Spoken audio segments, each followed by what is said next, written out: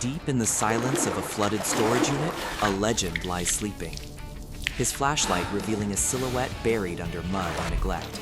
The recovery begins amidst the roar of rain and diesel engines. It's a fight against physics, as Elias hooks heavy chains to the submerged tow points. The mud refuses to let go easily, dragging the locked tires as the winch cable screams under the immense tension. Dragging the beast into the daylight reveals the true extent of the damage. It looks more like a swamp creature than a sports car. Back at the Restoration HQ, the contrast is stark. The pristine workshop lights flicker on, exposing every scratch and flaw of the muddy wreck as Elias backs it into the center bay. He wastes no time. Prying open the jammed trunk reveals a disaster zone of corrosion and debris. Elias attacks the mess with a shop vac.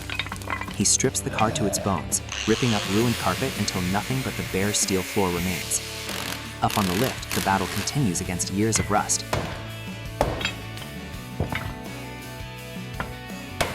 Now for the heart transplant. Elias brings in the hoist, diving deep into the oily engine bay to secure the chains. It's dirty, physical work, catching fuel spills and checking mounts before taking the weight off the suspension.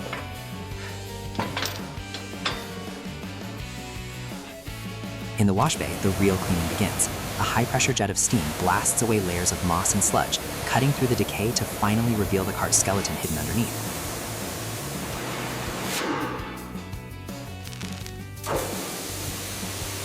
To reset the clock, Elias suits up for the blast booth. The abrasive stream strips the steel down to raw gray metal, erasing every trace of rust and corrosion in a loud, violent process of purification.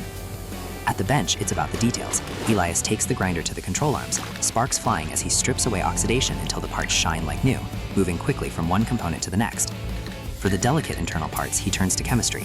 Bolts and brackets go into the ultrasonic cleaner, while rusted calipers are submerged in stripping tanks, letting the solvents do the microscopic work that tools can't reach. With the chassis stripped and clean, the race is on to seal it before rust returns.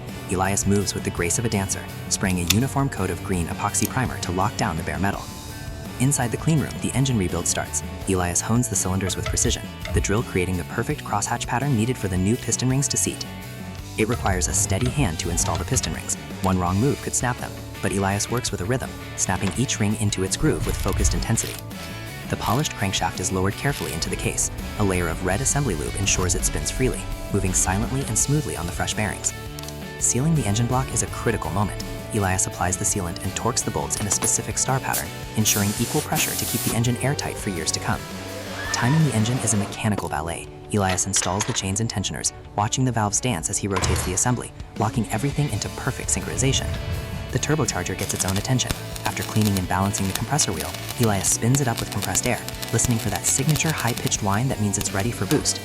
Reassembled, the flat six looks less like a machine and more like a jewel. Elias attaches the headers and steps back, admiring the complex mechanical art before rolling it out to the main floor. Back on the body, Elias tackles a rest hole in the floor. The MIG welder crackles loudly, laying down a clean row of welds to fuse the new steel patch permanently into place. He grinds the new welds flush, sparks shooting across the shop. A quick check with a gloved hand confirms the surface is seamless, ready for the next stage. Body prep is a marathon of sanding. Elias blocks the primer by hand, hours of repetitive motion smoothing the curves until the surface is flat and glass smooth. In the paint booth, the transformation becomes visible. Elias lays down the GT silver base coat, the metallic mist settling into a flawless, uniform layer that highlights the 911's iconic lines. The clear coat brings the depth. As Elias applies the final layer, the paint looks like liquid glass, reflecting the booth lights with absolute perfection. The satisfying sound of tape ripping away reveals the crisp lines between the fresh silver paint and the black trim. The messy part is over. Now it's time to build. To get that mirror finish, Elias uses the rotary buffer, slowly working the compound into the paint, wiping away the residue to reveal a reflection deep enough to dive into. Reassembly begins with the suspension. The restored black subframe rises on the jack, bolting underneath the silver body in a striking contrast of new metal and fresh paint. Bright yellow springs signal the upgrade as Elias installs the new coilovers. With the top hats tightened, the car finally has its legs back. This is the marriage, reuniting the body with its soul. Elias carefully aligns the engine and transmission, guiding the assembly up into the chassis from below. He secures the mounts and links the drive shafts. With every bolt tightened, the pile of parts is becoming a car again. The old corroded wires are replaced with a custom harness. Elias routes the colorful loom through the firewall, the satisfying clicks of fresh connectors signaling a healthy electrical system. In the upholstery corner, Elias stitches deep red leather for the seats. It requires patience and precision to get those double stitches perfectly straight. The new dashboard is maneuvered carefully into the cabin. A firm tap seats it in place before Elias screws it down, framing the view for the road ahead. One by one, the classic video gauges are pressed into the dash. Tachometer, speedometer, oil pressure, the car's vital signs are ready to be monitored again. Installing the glass takes finesse. Elias uses suction cups and a rope tool to pop the rubber seal over the flange, locking the windshield into its frame. The scent of fresh leather fills the cabin as the sports seats go in. They slide perfectly on the rails, completing a stunning red interior. Underneath, the stainless steel exhaust is aligned. Elias centers the dual tips in the bumper cutout. The polished metal gleams as the clamps are tightened.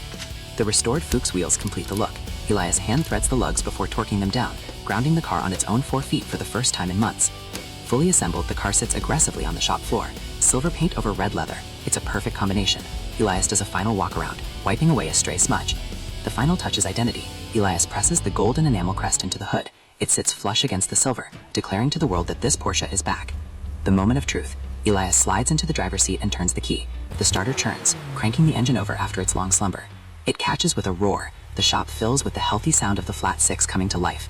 The idle settles into a steady, rhythmic purr. It's music to a mechanic's ears.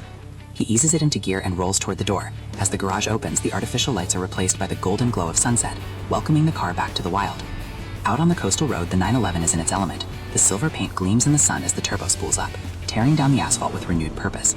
Behind the wheel, Elias can't help but smile. The handling is crisp, the shifts are smooth, and the car corners as if it never spent a day underwater.